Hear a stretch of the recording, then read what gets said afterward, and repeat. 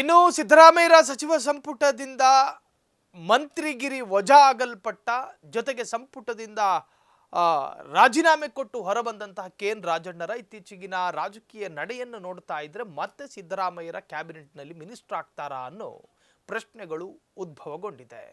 ಹಾಗಾದ್ರೆ ರಾಜಣ್ಣ ದಿನಕ್ಕೊಬ್ಬ ಕಾಂಗ್ರೆಸ್ ಮುಖಂಡರನ್ನ ಭೇಟಿ ಮಾಡ್ತಿದ್ದಾರೆ. ಕಾಂಗ್ರೆಸ್ಸಿನ ಘಟಾನುಘಟಿ ನಾಯಕರ ಜೊತೆ ಸುದೀರ್ಘ ಚರ್ಚೆಯನ್ನು ಮಾಡ್ತಾ ಇದ್ದಾರೆ. ಹಾಗಾದ್ರೆ ಇದರ ಹಿಂದಿನ ಉದ್ದೇಶ ಏನು? ಚರ್ಚೆಯ ಮುಖಾಂತರವಾಗಿ ಮತ್ತೆ ಸಚಿವ ಸಂಪುಟವನ್ನು ಸೇರ್ತಾರಾ ಕೆಎನ್ ರಾಜಣ್ಣ ಅನ್ನುವಂತಹ ಚರ್ಚೆಯು ಕೂಡ ರಾಜಕೀಯ ವಲಯದಲ್ಲಿ ಬಹಳಷ್ಟು ಸಂಚಲನವನ್ನು ಮೂಡಿಸ್ತಾ ಇದೆ. ಈಗಾಗಲೇ ಮಹದೇವಪ್ಪನವರನ್ನ ಭೇಟಿ ಮಾಡಿರತಕ್ಕಂತಹ ರಾಜಣ್ಣ, ಡಿ.ಕೆ. ಶಿವಕುಮಾರ್ ಅವರನ್ನ ಭೇಟಿ ಮಾಡಿದ ರಾಜಣ್ಣ, ಅದೇ ರೀತಿ ಕಾಂಗ್ರೆಸ್ಸಿನ ಅನೇಕರನ್ನ ಸತೀಶ್ ಜಾರಕಿಹೊಳಿ, ಜಿ ಪರಮೇಶ್ವರ್ ಹೀಗೆ ಭೇಟಿ ಮಾಡಿ ಅವರ ಜೊತೆ ಸುದೀರ್ಘ ಚರ್ಚೆಯನ್ನು ಮಾಡಿದ್ದಾರೆ ರಾಜಣ್ಣ. ಸೊ ಈ ಹಿಂದೆ ಡಿ.ಕೆ. ಶಿವಕುಮಾರ್ ಸಿಎಂ ಆದರೆ ಈ ಹಿಂದೆ ಅವರು ಹೇಳಿಕೆ ಕೊಟ್ಟಿದ್ದು ಅವರ ಸಂಪುಟದಲ್ಲಿ ನಾನು ಸಚಿವನಾಗೋದೇ ಇಲ್ಲ ಅಂತ ಹೇಳಿ ರಾಜಣ್ಣ ಹೇಳಿಕೆಯನ್ನು ಕೊಟ್ಟಿದ್ರು. ಹೀಗಂತ ಮಾಜಿ ಸಹಕಾರ ಸಚಿವ ಕೆಎನ್ ರಾಜಣ್ಣ ಈ ಹಿಂದೆ ಹೇಳಿಕೆ ಕೊಟ್ಟಿದ್ರು. ತುಮಕೂರಿನಲ್ಲಿ ಸಹಕಾರ ರತ್ನ ಪ್ರಶಸ್ತಿ ಪ್ರದಾನ ಕಾರ್ಯಕ್ರಮದ ಬಳಿಕ ಅವರು ಆ ಹೇಳಿಕೆಯನ್ನು ಕೊಟ್ಟಿದ್ರು. ಆದರೆ ಇತ್ತೀಚೆಗೆ ನೋಡಿದ್ರೆ ಡಿ.ಕೆ. ಶಿವಕುಮಾರ್ ಅವರ ಭೇಟಿ ಮಾಡ್ತಿದ್ದಾರೆ, ಅವರ ಜೊತೆ ಸುದೀರ್ಘವಾದಂತಹ ಚರ್ಚೆಯನ್ನು ಕೂಡ ಮಾಡ್ತಿದ್ದಾರೆ. ಹಾಗಾದರೆ ಇದರ ಅರ್ಥ ಏನು? ಸಹಕಾರ ರತ್ನ ಪ್ರಶಸ್ತಿ ಪ್ರದಾನ ಕಾರ್ಯಕ್ರಮದ ಬಳಿಕ ಮಾತನಾಡಿದ್ದ ರಾಜಣ್ಣ, ನನಗೆ ಅಧಿಕಾರದ ದಾಹ ಇಲ್ಲ, ನಾನು ಮೊದಲೇ ಹೇಳಿದ್ದೇನೆ ಶಿವಕುಮಾರ್ ಸಿಎಂ ಆದರೆ ಅವರ ಸಂಪುಟದಲ್ಲಿ ಸಚಿವ ಆಗೋದಿಲ್ಲ, ಮತ್ತೆ ಅದನ್ನೇ ಹೇಳ್ತಾ ಇದ್ದೀನಿ. ಯಾರೆಲ್ಲ ನನ್ನ ಪರವಾಗಿ ಅಭಿಪ್ರಾಯ ವಿಶ್ವಾಸ ವ್ಯಕ್ತಪಡಿಸ್ತಾರೆ ಅವರಿಗೆ ಆಭಾರಿಯಾಗಿದ್ದೇನೆ. ನಾನು ಯಾವತ್ತೂ ಅಧಿಕಾರವನ್ನು ಹುಡುಕಿ ಹೋದವನಲ್ಲ, ಅಧಿಕಾರ ಬೇಕು ಅಂತ ಸಂಪೂರ್ಣ ಅಪೇಕ್ಷೆ ಪಡೋನು ನಾನಲ್ಲ ಅಂತ ಹೇಳಿ ರಾಜಣ್ಣ ಹೇಳಿದರು.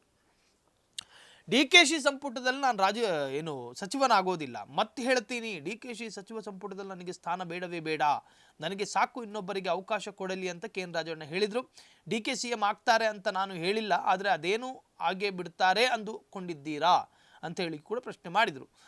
ಸಚಿವ ಸ್ಥಾನಕ್ಕೆ ಬೇಡಿಕೆ ವಿಚಾರಕ್ಕೆ ಪ್ರತಿಕ್ರಿಯಿಸಿದ ಅವರು, ಯಾರು ನನ್ನ ಪರವಾಗಿ ಹೋರಾಟ ಮಾಡ್ತಾರೆ ಅವರಿಗೆ ನಾನು ಚಿರಋಣಿಯಾಗಿದ್ದೇನೆ. ಇನ್ನು ಕ್ರಾಂತಿಯ ಬಗ್ಗೆಯೂ ಕೂಡ ಮಾತನಾಡಿದರು. ಅಧಿಕಾರ ಬಂದರೆ ಏನೆಲ್ಲ ಮಾಡಬಹುದು ಎಂದು ನಾನು ತೋರಿಸಿಕೊಟ್ಟಿದ್ದೀನಿ.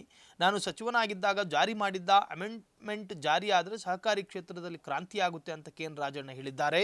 ಸೊಸೈಟಿಗಳಲ್ಲೂ ನಾನು ಮೀಸಲಾತಿ ವ್ಯವಸ್ಥೆ ಜಾರಿ ಮಾಡಿದ್ದೇನೆ, ಇಂತಹ ಹಲವು ಕ್ರಾಂತಿಕಾರಿ ಬದಲಾವಣೆ ತಂದಿದ್ದೇನೆ ಅಂತ ಹೇಳಿ ರಾಜಣ್ಣ ಹೇಳಿದರು. ಯಾವುದೇ ಕಾರಣಕ್ಕೂ ಕೂಡ ನಾನು ಡಿ.ಕೆ.ಶಿ ಅವರು ನಡೆಸುವ ಸರ್ಕಾರದಲ್ಲಿ ಮಿನಿಸ್ಟರ್ ಆಗೋದಿಲ್ಲ ಅಂತ ಕೆಎನ್ ರಾಜಣ್ಣ ಈ ಹಿಂದೆ ಆಕ್ರೋಶಿತರಾಗಿ ಮಾತನಾಡಿದರು. ಇನ್ನು ಕೆಎನ್ ರಾಜಣ್ಣ ಕಾಂಗ್ರೆಸ್ಸಿನ ಹೈಕಮಾಂಡ್ ನಾಯಕ ರಾಹುಲ್ ಗಾಂಧಿಯ ತೀರ್ಮಾನದ ವಿರುದ್ಧ ಮಾತನಾಡಿದ್ರು ಅನ್ನುವ ಕಾರಣಕ್ಕೆ ಅವರನ್ನ ಸಿದ್ದರಾಮಯ್ಯರ ಸರ್ಕಾರದಿಂದ ವಜಾ ಮಾಡಲಾಯಿತು. ರಾಜೀನಾಮೆ ಕೊಟ್ಟು ಹೊರಕ್ಕೆ ಬರಬೇಕಾದ ಸನ್ನಿವೇಶ ರಾಜಣ್ಣಗೆ ಎದುರಾಯಿತು. ಅದಾದ ನಂತರವೂ ಕೂಡ ಸಾಕಷ್ಟು ಬಾರಿ ಚರ್ಚೆಗಳಾಯಿತು.